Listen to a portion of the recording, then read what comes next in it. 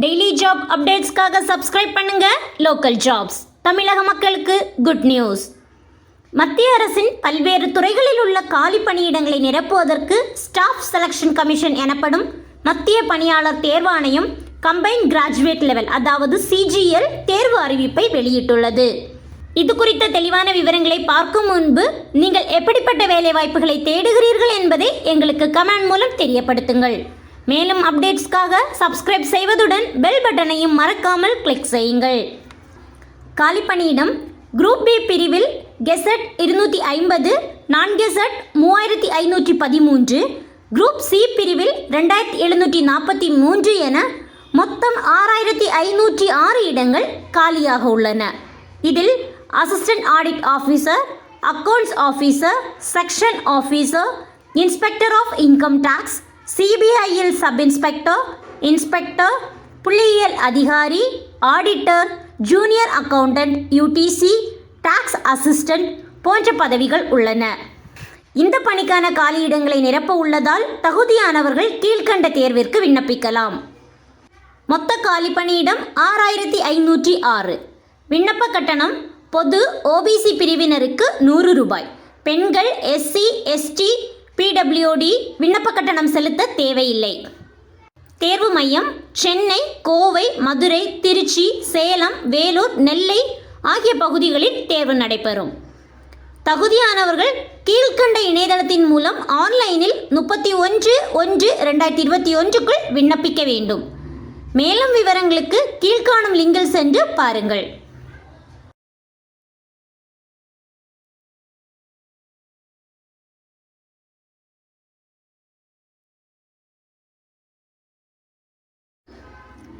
இப்போ நம்ம இந்த லிங்குக்குள்ளே போனோம் அப்படின்னா ஒரு PDF நமக்கு ஓப்பன் ஆகும்.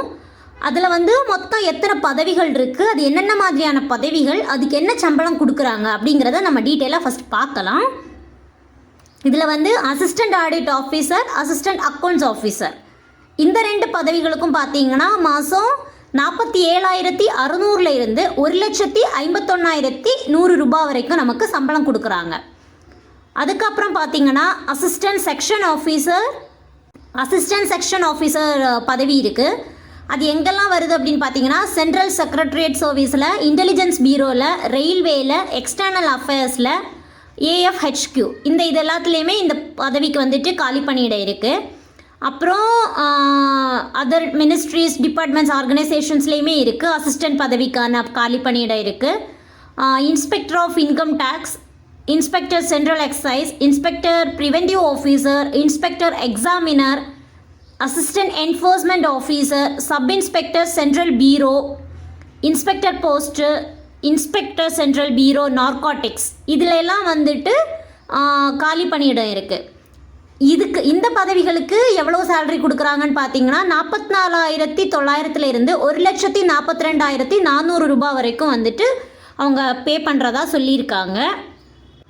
அப்படியே நம்ம கீழே வந்தோம் அப்படின்னா அசிஸ்டன்ட் பதவி, அசிஸ்டன்ட் சூப்பரிண்டென்ட்டு, டிவிஷனல் அக்கௌண்டண்ட்டு, அப்புறம் நேஷ்னல் இன்வெஸ்டிகேஷன் ஏஜென்சி NIAயில் sub inspector, junior statistical officer இந்த பதவியெல்லாம் இருக்குது. இதுக்கு எவ்வளோ பே ஸ்கேல் இருக்கும் அப்படின்னு பார்த்தீங்கன்னா 35,400 இருந்து 1,12,400 வரைக்கும் இருக்கும்.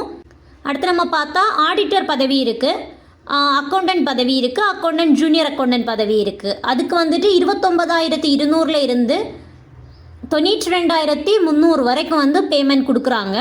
அப்புறம் senior secretariat assistant, upper divisions clerks, tax assistant, sub inspector இந்த பதவிகள் இருக்குது. இதுக்கு எவ்வளோ கொடுக்குறாங்கன்னு பார்த்தீங்கன்னா 25,500 இருந்து 81,100 ரூபாய் வரைக்கும் பேமெண்ட் கொடுக்குறதா சொல்லியிருக்காங்க. இந்த அப்ளிகேஷன்லேயே நம்ம அப்படியே கீழே வந்தோம் அப்படின்னா ஒன் டைம் ரெஜிஸ்ட்ரேஷன் பண்ணுறதுக்கான ஒரு ஸ்க்ரீன்ஷாட்டை இவங்க சாம்பிளாக கொடுத்துருக்காங்க.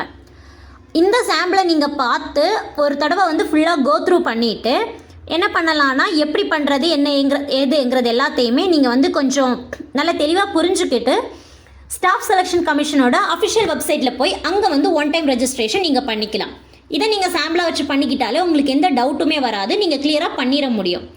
ஒரு தடவை உங்களுக்கு ஒன் டைம் ரெஜிஸ்ட்ரேஷன் ஆயிடுச்சுன்னு வைங்களேன், அதுக்கு அப்புறமா நீங்கள் பண்ணுற எல்லா SSC ரிலேட்டடான ஜாப்ஸுக்குமே இந்த யூசர் நேம் அண்ட் பாஸ்வேர்டை நீங்கள் யூஸ் பண்ணிக்க முடியும். ஒன் டைம் ரெஜிஸ்ட்ரேஷன் முடிஞ்சதும் உங்களுக்கான யூசர் நேம் பாஸ்வேர்ட் கிடைக்கும் இல்லையா, அதை நீங்கள் எடுத்துகிட்டு வந்து என்ன பண்ணணும் அப்படின்னா லாகின் பண்ணணும். ஸோ லாகின் பண்ணி போனதுக்கு அப்புறமா தான் நீங்கள் அப்ளை பண்ண போகிற இந்த போஸ்ட்டோட அப்ளிகேஷன் ஃபார்ம் உங்களுக்கு ஓப்பன் ஆகும். இப்போ அந்த அப்ளிகேஷன் ஃபார்மோட சாம்பிளுமே வந்து இங்கே கொடுத்துருக்காங்க, எப்படி பண்ணணும் என்ன ஏதுன்ட்டு எல்லாமே. நீங்கள் என்ன பண்ணிக்கலாம், இந்த இதையும் வந்து ஒரு தடவை நீங்கள் ஃபுல்லாக கோ த்ரூ பண்ணிக்கலாம். உங்களுக்கு டீட்டெயில்ஸ் எல்லாமே வந்து அதில் அவங்க தெளிவாகவே கொடுத்துருக்காங்க, அதனால் கன்ஃபியூஷன் எதுவுமே ஆகாது. நீங்கள் இதையும் ஃபுல்லாக கோ த்ரூ பண்ணிவிட்டு இந்த அப்ளிகேஷன் ஃபார்மில் எப்படி இருக்கோ அது மாதிரியே நீங்கள் என்ன பண்ணிக்கலாம்னா நீங்களும் வந்து அப்ளிகேஷன் ஃபார்மை ஃபில் பண்ணிக்கலாம். ஃபில் பண்ணி நீங்கள் சப்மிட் கொடுத்துட்டீங்க அப்படின்னா உங்களுக்கு ஹால் டிக்கெட் எல்லாமே வந்து அவங்க ஒரு டேட் வந்து SSCலேருந்து அனௌன்ஸ் பண்ணுவாங்க. அந்த டேட்டில் வந்துட்டு உங்களுக்கு ஹால் டிக்கெட் எல்லாமே வந்துடும். நீங்கள் அதை டவுன்லோட் பண்ணி எடுத்துக்கிட்டு எக்ஸாம்ஸ்க்கு வந்துட்டு நீங்கள் போயிடலாம். இப்போ வந்து நம்ம இந்த ஸ்டாஃப் செலெக்ஷன் கமிஷன் இந்த லிங்குக்குள்ளே போகணுன்னு வைங்களேன், நமக்கு ஸ்டாஃப் செலெக்ஷன் கமிஷனோட அஃபிஷியல் வெப்சைட் வந்துட்டு காமிக்கும். இப்போ இதுக்கு முன்னாடி நீங்கள் ஸ்டாஃப் செலெக்ஷன் கமிஷனில் வந்து அப்ளை பண்ணி எதுவும் எக்ஸாம் எழுதியிருக்கீங்க அப்படின்னா உங்களுக்கு ஆல்ரெடி வந்து ஒரு ரெஜிஸ்ட்ரேஷன் ஐடி இருக்கும். நீங்கள் அப்போ என்ன பண்ணலான்னா உங்களுடைய ரெஜிஸ்ட்ரேஷன் நம்பரையும் பாஸ்வேர்டையும் கொடுத்து கேப்சாவையும் என்டர் பண்ணிவிட்டு லாகின் பண்ணலாம். இல்லை உங்களுக்கு வந்து பாஸ்வேர்டு மறந்துருச்சு அப்படின்னா நீங்கள் ஃபர்கட் பாஸ்வேர்டு கொடுத்து அதை ரெக்கவர் பண்ணி எடுத்துக்கலாம். அது எதுவுமே இல்லை, நீங்கள் ஃபர்ஸ்ட் டைமாக எழுத போகிறீங்க அப்படிங்கிற பட்சத்தில் என்ன பண்ணுங்கன்னா நியூ யூசர் ரெஜிஸ்டர் நவுன் இருக்கிறத கிளிக் பண்ணிவிட்டு அதில் நீங்கள் கிளிக் பண்ணதுமே வந்து உங்களுக்கு என்ன ஆகும்னா ரெஜிஸ்ட்ரேஷனுக்கான அந்த பேஜ் வந்துடும். அதில் நீங்கள் வந்து உங்கள் டீட்டெயில்ஸ் எல்லாமே கொடுத்து ஃபஸ்ட்டு ரெஜிஸ்டர் பண்ணிக்கலாம். அதுக்கப்புறம் அந்த ரெஜிஸ்டர் பண்ணதுலேருந்து உங்களுக்கு இருக்கிற யூசர் நேம் பாஸ்வேர்டை கொடுத்து நீங்கள் மறுபடியும் வந்து என்ன பண்ணுங்கள் லாகின் பண்ணுங்கள். ஸோ யூசர் நேம் பாஸ்வேர்ட் கொடுத்து லாகின் பண்ணதுக்கப்புறமா உள்ள ஒரு அப்ளிகேஷன் ஃபார்மில் உங்களை கொண்டு போகும். நீங்கள் என்ன பண்ணணும், அதில் உங்களோட டீட்டெயில்ஸ் எல்லாத்தையுமே கொடுத்து ஃபீஸ் அமௌண்ட் அப்படின்னு ஃபீஸ் அமௌண்ட் கட்டணும் அப்படின்னு உள்ளவங்க வந்து ஃபீஸ் அமௌண்ட்டை கட்டி நீங்கள் என்ன பண்ணிக்கலாம்னா அந்த அப்ளிகேஷனை வந்து சப்மிட் பண்ணிக்கலாம். இந்த வீடியோ உங்களுக்கு பயனுள்ளதாக இருந்தால் லைக் பண்ணுங்கள், ஷேர் பண்ணுங்கள், கமெண்ட் பண்ணுங்கள், அப்படியே எங்கள் லோக்கல் ஜாப்ஸை சப்ஸ்கிரைப் பண்ணுங்கள்.